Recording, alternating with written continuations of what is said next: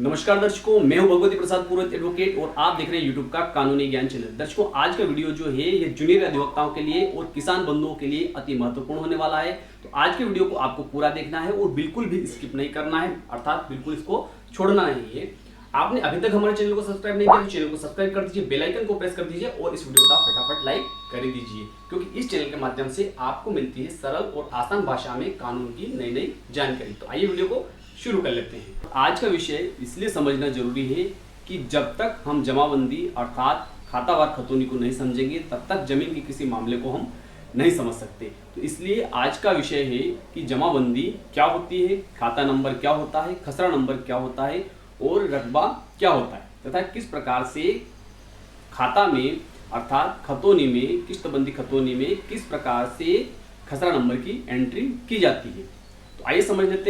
देखिए दर्शकों, सबसे पहले जो हम समझेंगे कि खाता नंबर क्या होता है। ये जो है खाता नंबर लिखा हुआ है, ये खाता नंबर क्या होता है। तो देखिए, खाता नंबर जो होता है ये एक हम इस साधारण और सिंपल भाषा में हम इस प्रकार से समझ सकते हैं कि खाता नंबर जो रहता है वह किसान का नंबर रहता है। मतलब कि किसी गांव में यदि किसी किसान को खाता नंबर 200 मिला हुआ है, यहाँ पर हम देख रहे हैं किसान का नाम भूमि स्वामी जो है ई पिता एफ, इसको खाता नंबर जो मिला हुआ है वह 200 मिला हुआ है। तो इसका मतलब ये है कि उस गांव में 1 से लगाकर 200 तक किसान है या 200 से अधिक किसान है, मतलब 200 से कम वहां पर किसान नहीं है। तो इसलिए इस किसान को ई पिता एफ को जो खाता नंबर मिला है वह खाता नंबर 200 मिला है। अब इससे ज्यादा भी किसान उस गांव में हो सकते हैं। तो अब देखिए ये खाता नंबर किस प्रकार से मिलता है। तो देखिए, किसी भी किसान के द्वारा जब जमीन जो रहती है उसके द्वारा क्रय की जाती है या पैतृक रूप से उसको प्राप्त होती है या उसको बंटवारे में प्राप्त होती है, तो उसको एक उसका जो जितनी जमीनें हैं उसके जो खसरा नंबर जो है उन सभी खसरा नंबर को उस खातावार खतौनी जो रहती है या जमाबंदी जो रहती है उसके अंदर शामिल कर दिया जाता है। अर्थात कहने का आशय ये है कि किसी भी किसान की सभी जमीन को एक दस्तावेज में जहां लिखा जाता है उस दस्तावेज को खातावार खतौनी या जमाबंदी कहा जाता है। तो अब देखिए इसमें किस प्रकार से खसरा नंबर की एंट्री की जाती है। इसके अंदर ये खसरा नंबर जो रहते हैं वह किस प्रकार से लिखे जाते हैं। तो देखिए, अब मान लिया जाए कि ये किसान है ई पिता एफ, ठीक है, और इसको खाता नंबर मिला हुआ है 200। अब देखिए, अब इसको खाता नंबर 200 क्यों मिला हुआ है उसको भी हम समझेंगे।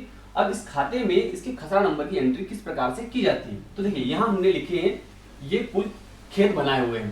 तो ये एक खेत है, ये दूसरा है, ये तीसरा है, चौथा है, ये पांचवा है, ठीक है। लेकिन हमने यहाँ पर जो लिखे हैं 4 खेत इसमें लिखे हैं। तो अब हम इसको किस प्रकार से समझ लेते हैं। देखिए कि सबसे पहले हमने इन सब में से हमें इस प्रकार से नंबर निकालने हैं कि कौन से खेत जो है वह इस किसान के हैं। ई पिता एफ के खेत कौन कौन से हैं और उनको क्रमबद्ध तरीके से इसमें लेख करना है, ठीक है। तो अब देखिए इसमें क्रमबद्ध तरीके से कैसे लेख करेंगे कि ई पिता एफ के जो खसरा नंबर है, जो खेत है, तो देखिए यहाँ हमने पहले उनको डिसाइड कर लिया कि कौन कौन से खेत ई के है। तो ये इसके ऊपर लिखा हुआ ई 1578 के ऊपर लिखा हुआ ई, यहाँ 1580/2 के ऊपर लिखा हुआ है ई, 1580/1 के ऊपर लिखा हुआ ई, 1581 के ऊपर भी लिखा हुआ है ई, और 1579 के ऊपर लिखा हुआ ए। तो इसका मतलब है कि ये ए जो है, ये नंबर जो है यह ई पिता एफ का नहीं है, तो इसको हमें इसमें शामिल नहीं करना है। ये जो एंट्री आएगी इसमें हमें इस नंबर को शामिल नहीं करना है, ठीक है। तो सबसे पहले हम किसको लिखेंगे, जो सबसे छोटा नंबर है। छोटा से मतलब है जो कि संख्या में सबसे कम है। तो सबसे कम हमें जो दिख रहा है वह है 1578। तो 1578 को सबसे पहले यहाँ पर लिख देंगे। तो खतौनी जो रहती है, जो जमाबंदी जो रहती है, उसके अंदर जो एंट्री होती है वह क्रम वाइज होती है। सबसे छोटा नंबर पहले, उसके बाद में उससे बड़ा, उससे बड़ा, उससे बड़ा, उससे बड़ा। खेत बड़ा नहीं है, उसका अंक जो है, उसका नंबर जो है वह छोटा होना चाहिए और फिर क्रमबद्ध तरीके से बड़ा होना चाहिए, है ना। बढ़ते क्रम में हमें उसको लिखना है, ठीक है। तो सबसे छोटा नंबर जो है 1578 है, 1578 लिख दिया, मतलब 1578 लिख दिया। उसके बाद में हमें लिखना है 1580/1, ठीक है। ये 1580/2 है, तो ये 2 आया है इसमें, ये बड़ा है तो इसको बाद में लिखना है। तो 1580/1 ये दूसरे नंबर पे लिखना है। फिर उसके बाद में 1580/2 इसको लिखना है। उसके बाद में लिखना है 1581। ठीक है, इस प्रकार से ये जो है खसरा नंबर जो है ये किश्तबंदी खतौनी में हमें एंट्री करना है, और इस प्रकार से एंट्री होती है ये राजस्व अभिलेखों में। ठीक है, कभी भी इसमें जो है मतलब आगे पीछे, मतलब कि बढ़ते क्रम में या घटते क्रम में एकदम से इस प्रकार से एंट्री नहीं होती है। जो एंट्री होती है वो बढ़ते क्रम में ही एंट्री होती है, लेकिन इनका जो रकबा रहता है यह आगे पीछे हो सकता है। देखिए अब यहाँ देखेंगे हम कि यहाँ इसका जो रकबा है, ठीक है, रकबा से मतलब होता है कि किस खसरा नंबर का एरिया कितना है, उसका क्षेत्रफल कितना है, कितना बड़ा वह खेत है, उसके अंदर कितनी जमीन है, उसको कहते हैं रकबा। ठीक है, अब यहाँ पर रकबा जो लिखा हुआ है 1578 का जो रकबा लिखा है 0.60 हेक्टेयर। ठीक है, इसके बाद में लिखा हुआ है 0.12 हेक्टेयर। तो ये यहाँ पर जो है यह आगे पीछे हो सकता है, लेकिन ये जो है यह क्रमबद्ध तरीके से रहता है। अब यहाँ पर इसका रकबा जो है 0.60 है, इसका रकबा जो है 0.12 है, इसका रकबा जो है 0.71 है, इसका रकबा जो है 0.40 हेक्टेयर है। अब इस टोटल को यहाँ पर लिखा जाता है जमाबंदी में। ठीक है, 0.4 मतलब ये 4 खसरा नंबर इस भूमि स्वामी के उस गांव में है। अब इसके बाद में यहाँ पर जो लिखा हुआ है इसका कुल एरिया, कुल क्षेत्रफल जो है इन सबको जोड़ करके यहाँ लिख दिया जाता है। अब देखिए महत्वपूर्ण बात आती है कि ये खाता नंबर जो रहता है, ये खाता नंबर है, यह वर्ष केवल 2022-23 के लिए है। ठीक है, तो देखिए ये वाले नंबर जो है ये परिवर्तित नहीं होते हैं, परिवर्तन जो होता है वह इसमें होता है। ठीक है, ये खाता नंबर जो है यह है 22-23 का खाता नंबर है। यह 23-24 में चेंज हो सकता है, 25-26 में चेंज हो सकता है, यह यथावत भी रह सकता है। अब वो चेंज कैसे होता है ये भी मैं आपको बताने वाला हूं, लेकिन ये नंबर जो है यह चेंज नहीं होते हैं। जब तक चेंज नहीं होते हैं, जब तक कि ये भूमि स्वामी है इन नंबर को किसी अन्य व्यक्ति को किसी भी रूप में अंतरित नहीं कर देता। जैसे कि किसी को दान कर देता है, किसी को विक्रय कर देता है, किसी को विनिमय के माध्यम से या किसी को बंटवारे के माध्यम से ये किसी को दे देता है, ये सर्वे नंबर अंतरित कर देता है। तो ऐसी स्थिति में इस खाते में से, इस खाता नंबर में से, इस खतौनी में से, इनमें से जो अगर नंबर किसी को विक्रय कर दिया तो वह नंबर इसमें से कम हो जाएगा और किसी अन्य व्यक्ति के नाम पर चला जाएगा, उसके खाते में शामिल हो जाएगा। ऐसी स्थिति में यहाँ से कम होगा, लेकिन ये नंबर जो है यह प्रतिवर्ष परिवर्तित हो सकता है। यह स्थायी नंबर नहीं रहता है खाता नंबर, क्योंकि ये परिवर्तित कैसे होगा अब मैं बताता हूँ आपको। देखिए यदि इस किसान के द्वारा ई पिता एफ के द्वारा ये जो ए व्यक्ति है इससे कोई ये सर्वे नंबर जो है यह खरीद लिया जाता है, कौन सा वाला, ये खसरा नंबर जो है इसके द्वारा 1579 जो है खरीद लिया जाता है। अब देखिए ऐसी स्थिति में क्या होगा कि जब ये खरीदा इनने तो क्या होगा कि ये 1579 ये यहाँ हमने क्यों लिखा, क्योंकि इसको यहाँ बढ़ते क्रम में लिखना है हमें। ये 1578 है तो 1579 यहाँ पर आएगा इसके बाद में। ठीक है, तो यह जब भी इस खतौनी में जमाबंदी में शामिल होगा तो ये इसकी एंट्री यहाँ पर होगी। अब मान लिया जाए कि इसका जो रकबा है 0.18 हेक्टेयर है। ठीक है, 0.18 हेक्टेयर है। तो ऐसी स्थिति में क्या होगा कि यहाँ का नंबर जो है यह परिवर्तित हो जाएगा। क्या आ जाएगा यहाँ पर, कुल नंबर इस किसान के पास में उस गांव में कितने हो जाएंगे, 5 नंबर हो जाएंगे। ठीक है, ये 1 2 3 4 और 5 हो जाएंगे।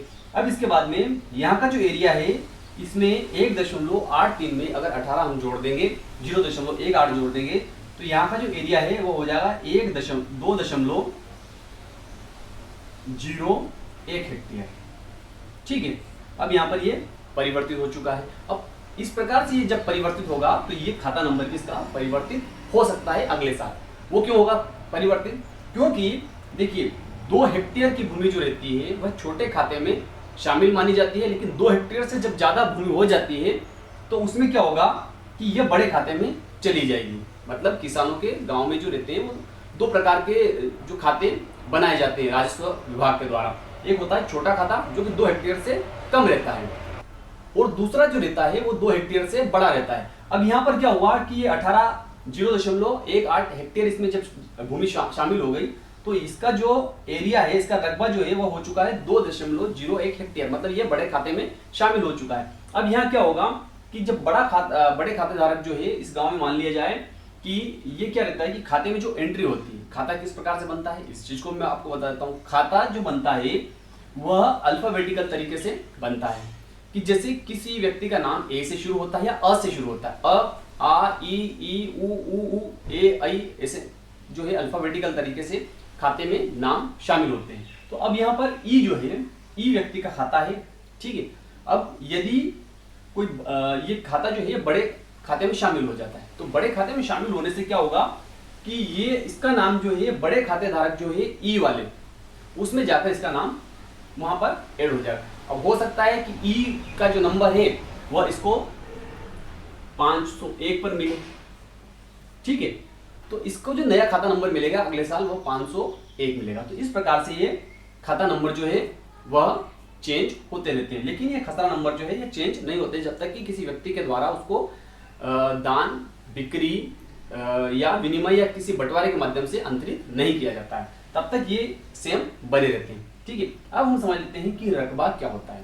तो जैसा कि मैंने पहले भी बताया कि रकबा से मतलब होता है किसी जमीन का क्षेत्रफल, उसका एरिया, कितनी जमीन उस खतरा नंबर में है उसको हम रकबा कह सकते हैं। कहीं पर बीघे में माना जाता है, कहीं पर एकड़ में माना जाता है और कहीं पर हेक्टेयर में भी माना जाता है। यहाँ पर जो लिखा हुआ है यह हेक्टेयर में लिखा हुआ है। हेक्टेयर का मतलब होता है 1.00 हेक्टेयर, मतलब 1 हेक्टेयर होता है। 2.01 मतलब 2 हेक्टेयर 01 डिसमिल हम इसको मान सकते हैं, ठीक है। तो अब एक चीज और समझ लेते हैं कि 1 बीघे में कितनी जमीन होती है, ठीक है।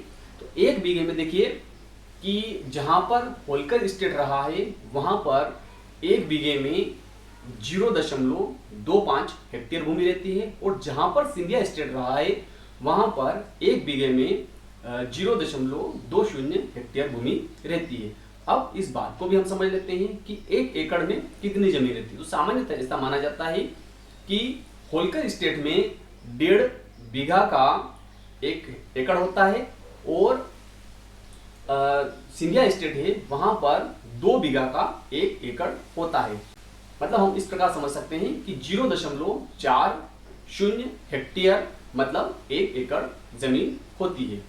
तो दर्शकों, कैसा लगा आज का वीडियो? अच्छा लगा हो तो इसको शेयर कर दीजिए, लाइक कर दीजिए, और यदि आपका कोई सवाल है तो आप कमेंट बॉक्स में जाकर आप कमेंट भी कर सकते हैं। फिर मिलते हैं अगले वीडियो में, तब तक के लिए जय हिंद, जय भारत।